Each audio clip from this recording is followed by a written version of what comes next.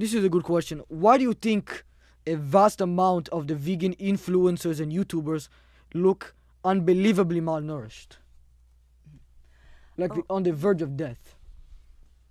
Well, I actually don't think that there's a lot of vegan athletes, and there is. Do you think that it's possible for a vegan to look like Arnold Schwarzenegger? Yes, I actually know some. He looks like him? Well, I don't know in the face, but in the physical form, many vegans who are athletes, actually some of the weightlifters say that their athletic ability improves after they go vegan.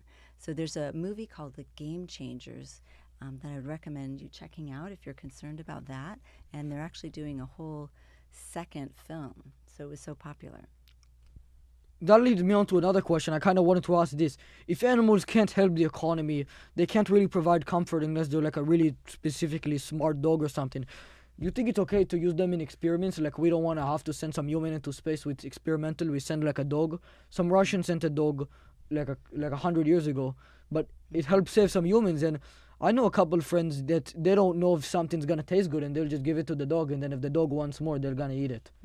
Well, Not always ending well though. Sometimes dog really not happy. Yeah, I disagree personally with having animals, using them in experiments, and I think it's incredibly sad that those dogs went into outer space. I think that is very sad that they died for that.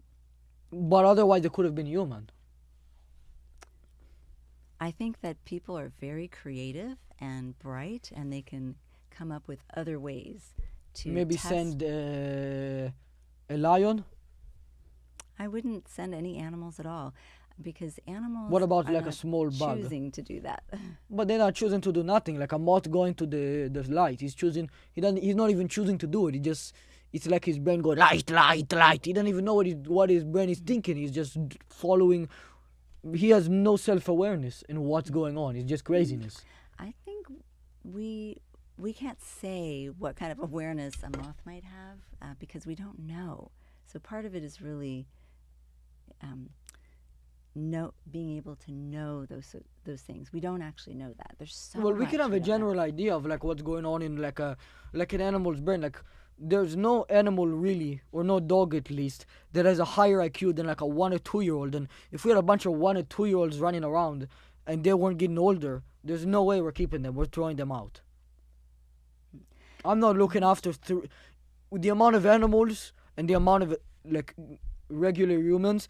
There is no way that if those animals were to turn to little children, like 2 years old, barely walking to the point where they can just like run up to you and go bah, bah, bah, bah, bah. Like, no chance I'm taking in like 100 of those. I'm put them in the ocean. So you're putting the children in the ocean? Is that what you're saying?